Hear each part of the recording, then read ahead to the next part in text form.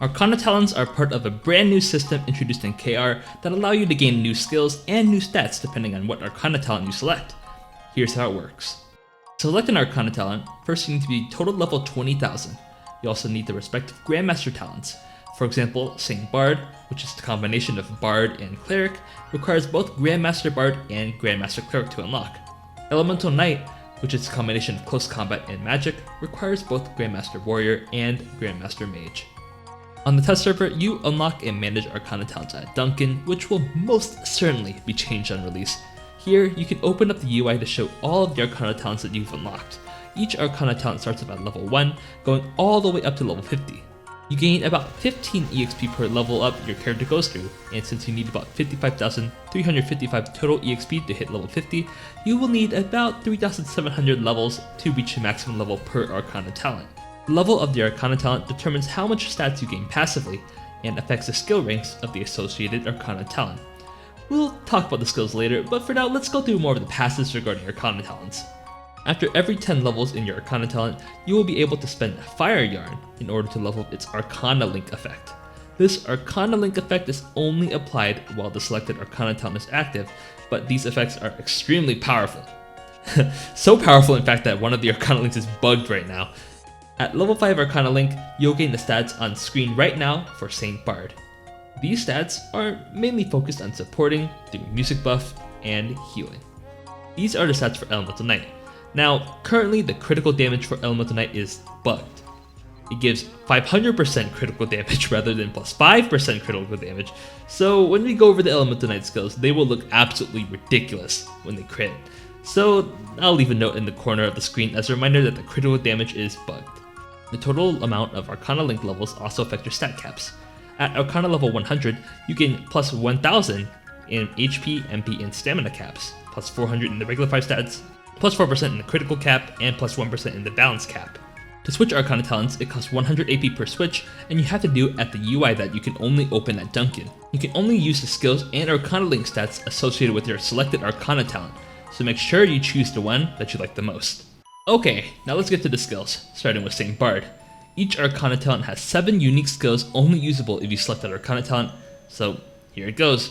Note that in order to use any of the Saint Bard skills, you must be wearing either a staff or a wand. Healing Touch just restores the HP and injury of a target. It does not work with Spellwalk. The amount of healing depends on your current healing skill's rank and reforges. Echo of Salvation is an AoE selection skill that restores HP of all party members in the area. Party members will gain a very small recovery rate for their MP and stamina for a short while.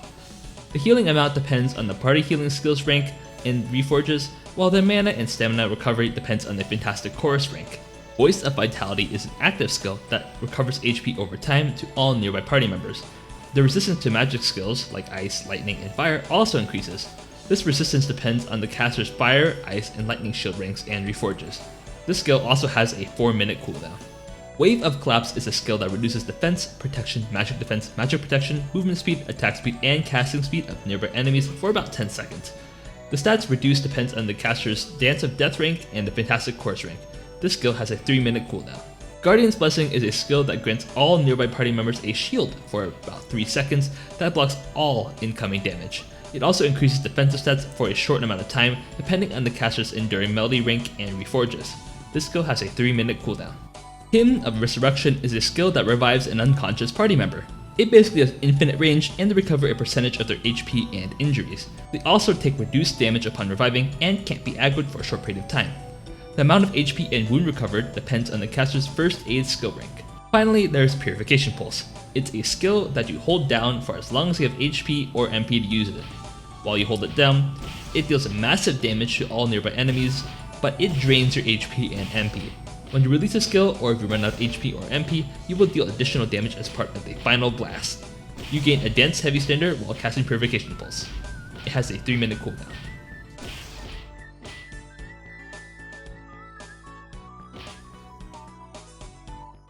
Now here we get to the Elemental Knight skills. To use these skills, you need to have a close combat weapon equipped. In other words, you need to have a weapon that can use Rage Impact and Bash. Lances will not work. Each of the 3 elements has its own injection skill and attacking skill. Let's start with Ice. Ice Windmill deals damage around the caster, freezing all enemies hit. You can hit enemies that are frozen this way, similarly to how Ice Spirit works. Then, after a short period of time, the ice explodes, unfreezing the enemies and dealing additional damage. It gains additional damage in freezing time when ice injection is used. The damage and attack range increase with Windmill's rank and reforges. Elemental Injection Ice gives increased damage and decreases the movement speed and attack speed of targets hit by normal attacks. It gives +1 ice attribute while active to the user. At higher ranks, you can simultaneously cast Ice Bolt, Ice Spear, or Hailstorm while loading different skills. This may sound confusing at first, but in simpler terms, it lets you load skills passively while you're doing other things. For example, you could charge up Ice Spear as you're fighting, and then you could end your fighting combo with a 5 charge Ice Spear that you charged up earlier while attacking. This effect disappears after a period of time, or when switching to a non-close combat talent weapon. Lightning Smash is pretty straightforward. It deals damage in a straight line.